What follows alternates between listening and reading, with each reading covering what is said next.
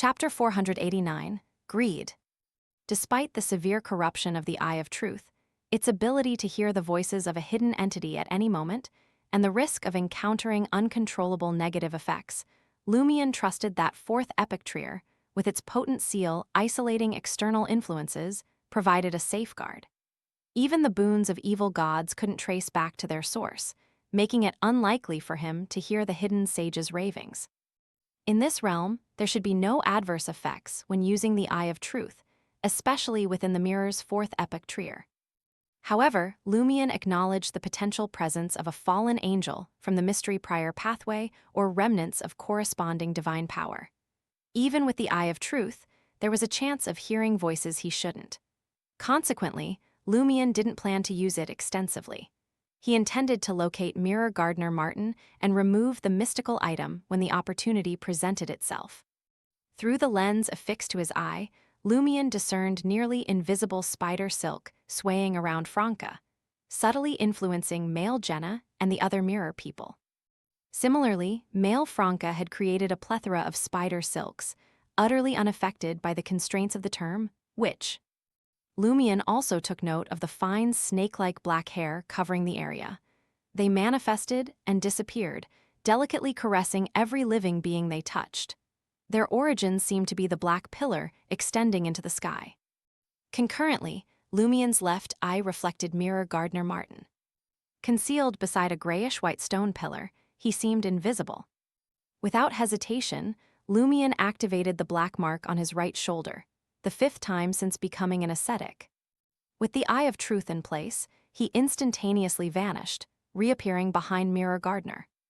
The corners of Lumion's mouth curled up as he swung his right fist at his exposed foe, who had just realized his concealment had been shattered and had no time to react. His hands were encased in iron-black boxing gloves adorned with multiple short thorns.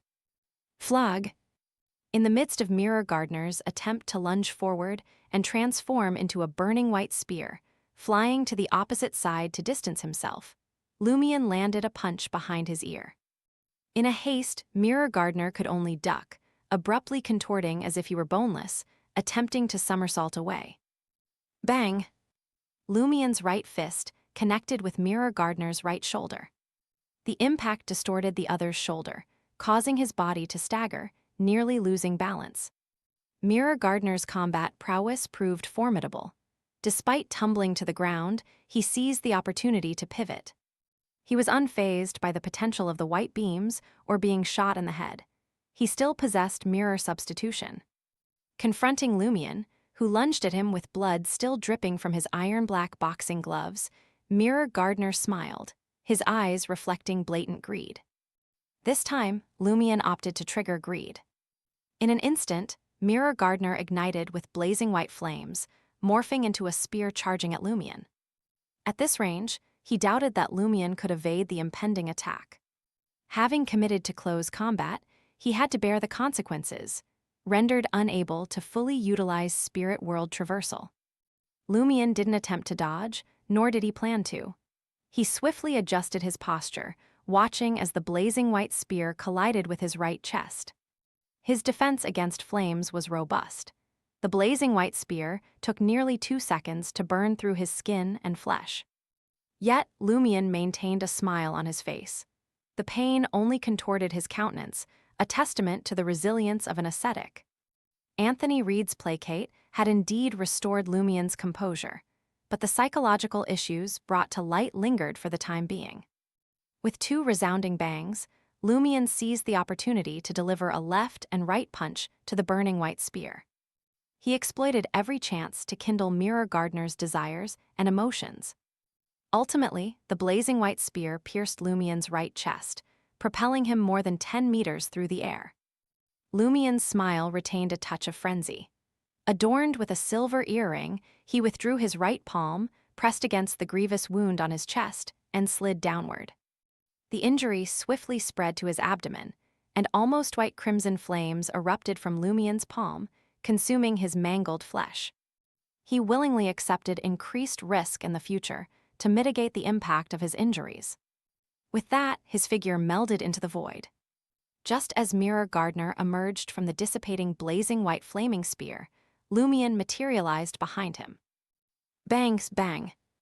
Lumion swung his fists again, targeting Mirror Gardner's arms, denying him a chance to catch his breath. He opted not to strike vital points, fearing that excessive damage might trigger mirror substitution. As Mirror Gardner transformed into a blazing white spear to assail Lumion, female Lumion, intending to teleport over to assist, stood stunned, as if temporarily losing autonomy. Likewise, both male Franca and male Jenna exhibited similar reactions, as if their resemblance to real people had momentarily waned. Franca and Jenna, in dire straits, seized the opportunity to catch their breath. Although they didn't immediately comprehend the reason, they keenly sensed that Mirror Gardner held the key to the problem. Lumion's assault on the leader had brought about such a change. Franca, relying on her experience, swiftly instructed Jenna, "Give me that cough, arrow." She needed the potent, self-healing abilities of the arrow of the bloodthirsty to withstand the infectious disease and recuperate to a relatively healthy state within a specific time frame. Franca aimed to delay female Lumion and the other mirror people, creating an optimal environment for Lumion to confront Mirror Gardner solo. Her only hope rested on Lumion catalyzing positive changes before the infection and illness exacerbated, outpacing the effectiveness of her self-healing abilities. Jenna had intended to use the arrow of the bloodthirsty herself. Despite having used it twice already, with another use risking a collapse of her body, she was willing to disregard the consequences in the current dire situation. However, upon hearing Franca's request, she hesitated momentarily before tossing the obsidian arrow to Franca. From Jenna's perspective, Franca, a Sequence 6 demoness of pleasure armed with numerous mystical items, possessed significantly more strength than herself. Thus, Franca's temporary recovery held greater benefit for the ongoing battle. Franca caught the arrow of the bloodthirsty and plunged it into her chest. Observing that female Lumion and the other mirror people had regained their composure, becoming lively once again, Franca's lake blue eyes silently transformed to a fiery red. The rubber band securing her ponytail snapped as if corroded, allowing her flaxen-colored hair to billow in the air, enhancing her enchanting allure. Her increasingly frequent coughs momentarily subsided, and the invisible spider silk surrounding her ceased its gradual, silent encroachment on male Franca, male Jenna, and female Lumion, no longer tightening and ensnaring them layer by layer. Like mirror images, Franca and Jenna felt their bodies grow heavy, their limbs constricted. From the outset, male Franca had been covertly using spider silk. Only when there was no way to further ensnare them layer by layer in secret did he reveal it. In an instant, Franca and the others were immobilized. Female Lumion, who had just teleported over, was the least affected by the spider silk and was skilled in using flames. She swiftly activated Spirit World Traversal in a crimson light, heading towards Lumion and Mirror Gardner's battlefield. Taking advantage of the momentary pause in female Anthony's actions, Anthony could finally counterattack. Enduring the terrifying cough, dizziness, and fever, he raised the revolver purchased from the black market and pulled the trigger at the mirror person, clearly more charming than him. At that moment, no one interrupted their internecine attacks. Amidst the gunshots, female Anthony shattered into numerous fragments. Upon reappearing nearby, she didn't immediately rush to rescue Mirror Gardner. Instead, she continued pursuing Anthony amidst her soaring desire for achievement. Amidst the sounds of flesh colliding, Lumion landed multiple punches on Mirror Gardner, sending waves of pain through the powerful Beyonder's head and stoking his anger. His greed made him reluctant to abandon the other 4 mirror people and the advantage his side enjoyed on other battlefields. However, if he didn't give up, he wouldn't be able to focus on dealing with Lumion. He found himself restricted in every way and faced a disadvantaged situation. This was why Lumion had chosen to trigger his greed.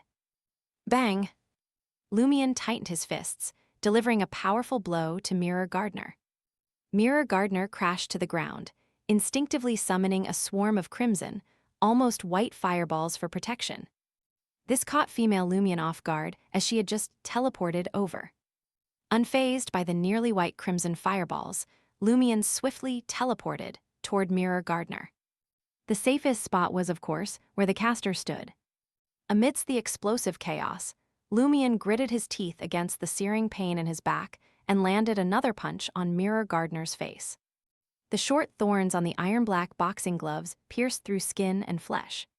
Suddenly, Mirror Gardener Martin's gaze froze, blood streaming from his eyes, nose, and other wounds. The intense greed within him erupted, not killing or knocking him out, but weakening and disorienting him. In this dazed state, whether it was female Lumion, male Franca, male Jenna, or female Anthony, they all froze in place. Their bodies rapidly faded, growing more translucent until they vanished. Witnessing the scene, Lumion straightened up, removing the flog boxing gloves. He tossed them to Franca and Jenna, ensuring each had one. Franca noticed the residual blood and grasped Lumion's intent immediately. Dipping her hand into the blood, she retrieved a mirror, ready to cast a curse. Lumion had 3 reasons for opting for the flog boxing gloves. Firstly, the ability to stir desires wouldn't trigger mirror substitution. Secondly, as a mystical item, it could attract the attention of dangerous entities, causing unpredictable changes that might lead to opportunities amid the chaos. Thirdly, it provided a chance to collect a curse's medium, the target's blood. Even if his triggered greed couldn't be controlled, leading to Mirror Gardener's mirror substitution, Lumion planned to seize the moment when the other mirror people were temporarily affected. He would throw the flog boxing gloves to Franca and Jenna, aiding them in intercepting the attacks. Repeatedly cursing with the possession of the blood, Lumion aimed to challenge how many times mirror substitution could be used, and find an opportunity to sever the connection. Flames erupted around Lumion as he transformed into a fireball, distancing himself from Mirror Gardener. Just as he was about to remove the Eye of Truth, a peculiar sound caught his attention.